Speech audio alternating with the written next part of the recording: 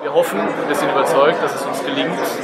diese doch sehr kontroversen Diskussionen über das Largest Timepiece mit unserem mit der neuen Installation, die aus der Projektgruppe Lucy entstanden ist, von Gabriel Marquez, Charles Keller und Adrian Schiess, welches wir produziert und hergestellt und auch geliefert haben, dass es uns gelingt, die Zürcher Öffentlichkeit wieder zu verzaubern mit einem stimmungsvollen Weihnachtslicht. Wir meinen, dass es uns gelingt, über 13.000 Kristalle, Schneekristalle in unterschiedlichen Farben, in warmen, auch etwas kalten Farben, über die Möglichkeit, diese 13.000 Kristalle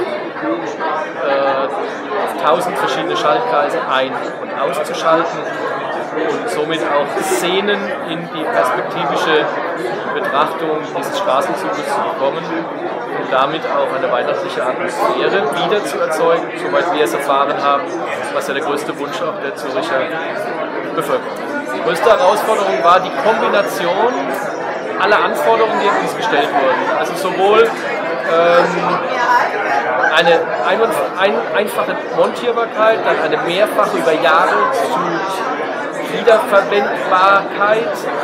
eine Komplexität in der Steuerung, eine Komplexität in der Außenanwendung über 1,2 Kilometer und gleichzeitig eine sehr leichte Installation zu machen, die auch am Tag, im Tagesanblick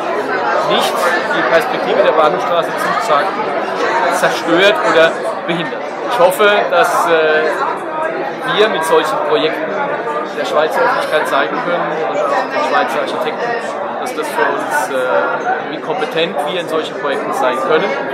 Und ich glaube, dass es uns dann gelingt, noch mehr Projekte machen zu können und somit dann noch erfolgreicher zu sein.